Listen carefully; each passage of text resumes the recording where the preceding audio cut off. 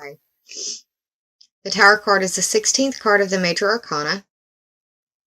1 plus 6 is 7, and that is the Libra ruled house of your partnerships, relationships, and how you identify who you are through your relationships with others. It also speaks to counseling and dealing with open enemies.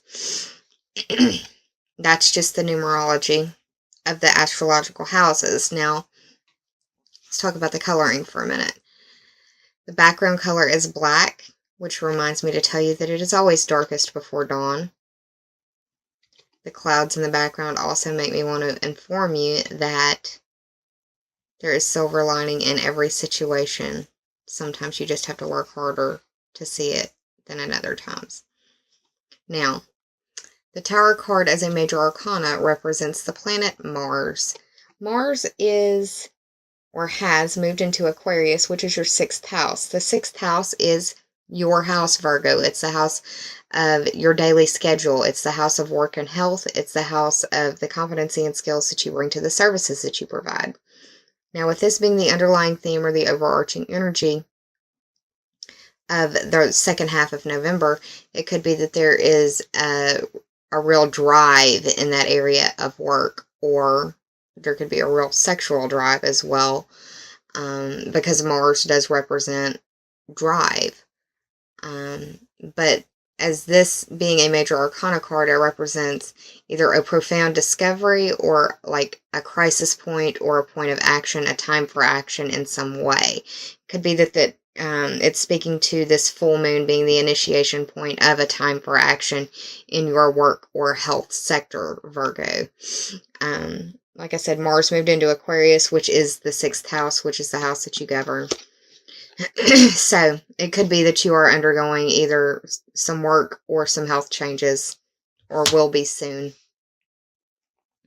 Okay, that was the underlying theme, the overarching energy. The first card that I pulled for you that represents the present situation is the 7 of Cups in reverse. The 7, once again, Libra ruled house of partnerships, identifying who you are through your relationships with others. It's counseling and dealing with open enemies as well. Dealing with the cups, the cups represent water signs. The water signs are Cancer, Scorpio, and Pisces. This giant cloud in the background, it's like, well, it makes me think that there's silver lining in the situation. It's probably a very emotional situation because the background color is also blue. It feels like somebody is in the dark on something. A partner in some way is in the dark on something. This is really counting your chickens before your eggs hatch. All of these things. It's also wishing and wanting for more than what you need to, or constantly wanting things is another way that I can see this. Having too many options, not knowing what you want, not knowing, or not being careful for what you wish for is another way that this card can play out as well. The fact that it's in reverse, it seems like things that you were hoping for, wishing for, dreaming for aren't exactly grounded yet, and the fact that it's in the reverse, it's like it could all just be going away.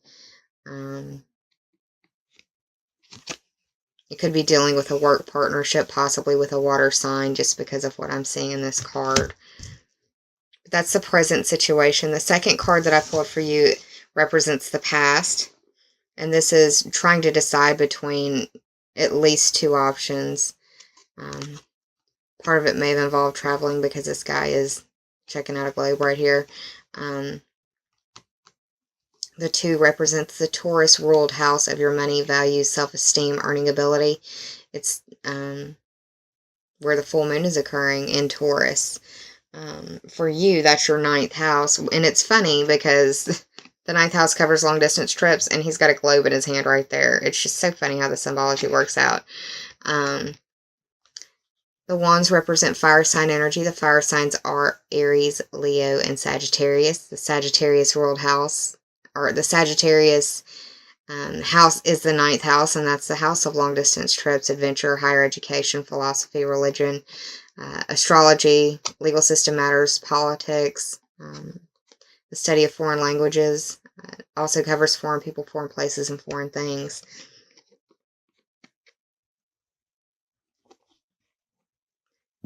Like you were having a difficult time deciding on one or the other, and one is favored. There's another one that isn't even being paid attention to back here, but I also see the wands always as a phallic symbol. Just, that's what it looks like to me.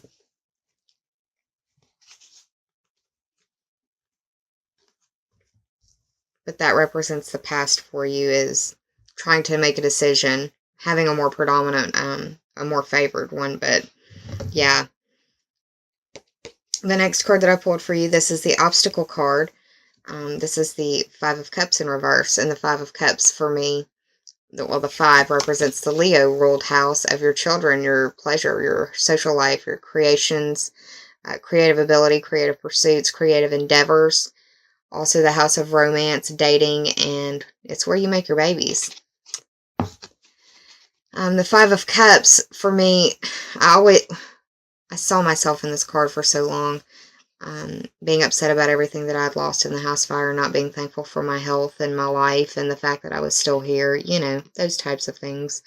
In the reverse, it could be that you may have sustained some sort of loss in some way that really has made you reevaluate things. The obstacle here is that you can't get over what you've lost, and you're not paying attention to what you have that could be right in front of you if you would just turn around and pay attention to it. Kind of like this. If you would just turn around and pay attention to it, you know what I mean? Because there's 2 cups right here.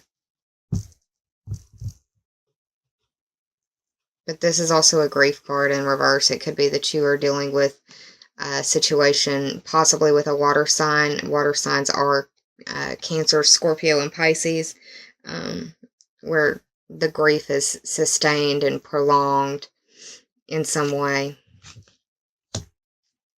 And that's the obstacle. It's getting past that situation that caused the trauma, that caused the grief, that caused the hang up. The help in the situation, and it doesn't look like it would be much help, but we'll see what I get. The help in the situation is the Death card.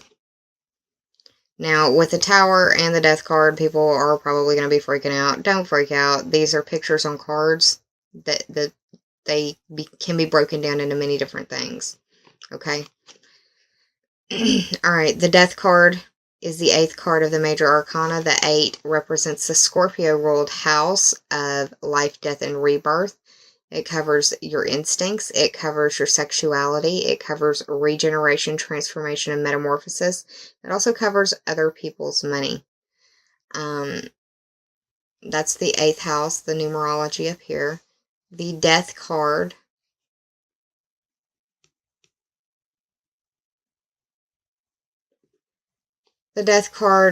is the Scorpio card, and it's about major transformation, and that can be an intense period. I mean, major transformation doesn't come without an action point, right? You know, this action point may have to initiate all of these other events so that major transformation occurs, because that's the only way that it could or would occur, that it wouldn't happen any other way.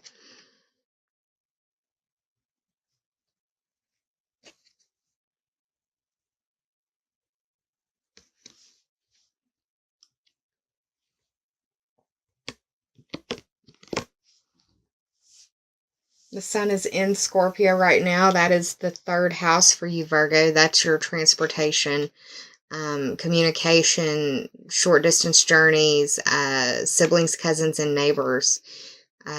Just be careful when you're behind the wheel. Watch how you're speaking as well. You could be very short-tongued, very short-tempered. But the help here is that there is going to be a major transformation that comes about, and that's a good thing. Transformation is always good. Being stagnant is not a good thing. You can't sustain life in stagnant water.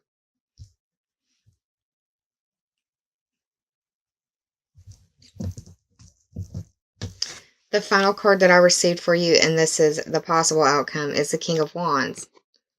And this guy is brave. He's courageous. He's strong. He's powerful. He's very willful. He's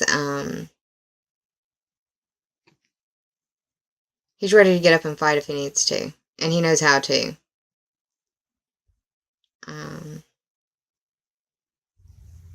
I definitely think of Mars when I see this card as well. You know, the only... Well, Mercury's moving into the 4th house.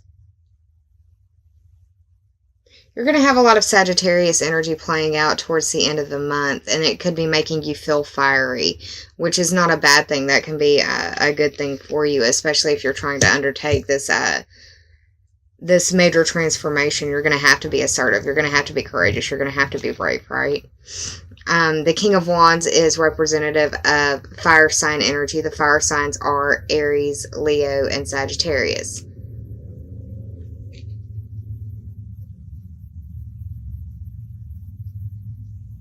I apologize for the background noise. It's the weekend, and there are people who enjoy their motorcycles and the way that they sound when they echo through where I live. So they take particular pride in revving their engines. So I apologize. But the King of Wands is someone who is ready to stand up for themselves and ready to stand up for others if need be. And that's not a bad thing to be, Virgo. Now, I did the tarot math on this, added it all up, and it came to 38. 3 plus 8 is 11. And that is that's the house of Aquarius, and that's where Mars just moved into. Aquarius rules the 11th house, but for your chart, it's different. Aquarius, the house of Aquarius it governs the internet. It covers your friends. It covers the groups, the memberships, associations, and teams that you may be part of. It covers your future wishes, goals, and bucket list type dreams and those things. So yeah, this could also speak to the Aquarius part of you as well, going on the tarot math that I just pulled out for you. So let's move over to the Oracle cards, because you got some interesting stuff there that kind of speaks to what's going on here. The first card that you received is the Yin Yang Lever. And this could be a part of a major transformation, right? We just got finished having 11/11, which many people would consider to be the twin flame day. If you know what that is, great. If you don't, I'm not going to go into deep explanation on it. Because I think that that's a topic that's talked about too much on YouTube, personally. I can't help but notice this full moon in the background, and we're right on the cusp of it being time for this full supermoon in Taurus to occur. The 8 speaks to the Scorpio. Scorpio ruled house of life, death, rebirth, transformation, sexuality, with the yin yang lever. See, don't freak out every time you see those cards. It could mean many different things. But yeah, and also other people's money. This card in this deck, what it means to me when I see it is that what you're seeking is seeking you, kind of like law of attraction, power of attraction type thing. That you are powerfully attractive right now. And that it's only a matter of time of whatever it is that you are attracting will be there at your feet, really. It seems as though you're in a powerful point of manifestation. Deep, deep transformation. What are you attracting? That's a good question to ask you to help stimulate some growth for you. What are you attracting, Virgo? Think about it. Thoughts become things, right? What are you attracting? Marinate on that. The second card that I pulled for you is Falling. This is the 14th card of the Journey of Love Oracle deck by Alana Fairchild. 1 plus 4 is 5, and that speaks to the Leo ruled house of creation, of your pleasure, of your social life, of your children, of romance, and where you fall in love and where you create your children. And in the book, this card talks about ripe peaches and how you have to, the only way that you can be a ripe peach is that you have to fall, you have to release. Well, that made me think of the Marilyn Monroe quote of, you can be the freshest, juiciest, biggest peach in the entire orchard, and there's always going to be someone out there that doesn't like peaches. So keep that in mind. Yes, you have to let go, you have to fall, you have to trust, but understand that even when you do all of that, you know, sometimes it's just not going to be somebody's preference. But this card represents to me that you are being invited into a divine union, and this union can be with a lover. Not for everyone, y'all. Don't go out there and be like, oh, well, she said. No. And you'll know.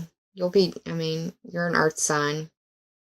You're very analytical. You've thought about this. You've thought about it a lot. Whatever it is that you're going through. You're very decisive as a sign. So, but you're being invited to this divine union. It could be a friendship. It could be a business partnership. It could just be a relationship that is only there to teach you a lesson. But regardless, now is the time to trust in that, because you need this lesson. You need this union. You need this partnership. It's for your betterment. It's going to initiate an action point for you that's going to create divine transformation in your world.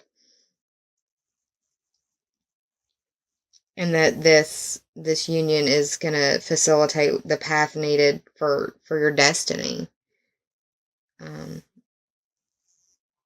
It is a time for you to trust. It's safe for you to trust. That you need to take a leap of faith and fall into the protected arms of love, and fall into the protected arms of grace, fall into the protected arms of this divine union and the plans that y'all are going to bring forth. So yeah, Virgo, that's what's going on for November. If you enjoyed this reading, and I hope you did, please like, share, and subscribe. And if you already have, I thank you from the bottom of my very grateful heart.